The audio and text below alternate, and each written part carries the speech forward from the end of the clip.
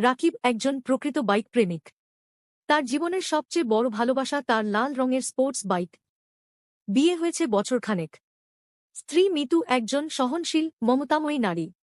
কিন্তু রাকিবের বাইকের প্রতি অতিরিক্ত টান দেখে মাঝে মধ্যে তার ধৈর্যের বাঁধ ভেঙে যায়।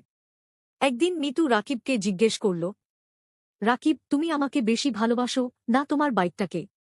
রাকিব কিছুক্ষণ চুপ থেকে উত্তর দিল, তোমাকেই ভালোবাসি, তবে বাইকটা তো কখনো ব্রেক ফেল করে না।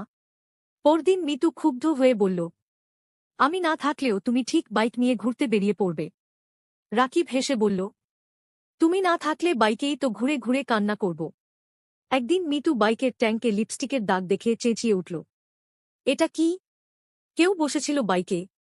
রাকিব ঠান্ডা গলায় বলল, আরে না, ওটা আমার বাইকের প্রতি ভালোবাসার চুমু। মিতুর চোখে জল এসে গেল। সে ফিস ফিস করে বলল, বিয়ের পর বুঝলাম আমি তোমার দ্বিতীয় স্ত্রী। প্রথম জন হল বাইক। সবশেষে রাকিব বুঝতে পারল, স্ত্রীকে সময় না দিলে বাইকের চাকার ঘূর্ণনও একসময় বন্ধ হয়ে যায়। এখন সে প্রতি রোববার স্ত্রী ও বাইক দুজনকেই নিয়ে ঘুরতে বেরোয়। স্ত্রী পেছনের সিটে আর বাইক তার নিয়ন্ত্রণে। রাকিব এখন নিজেই বলে, দুই চাকাই আমার জীবন,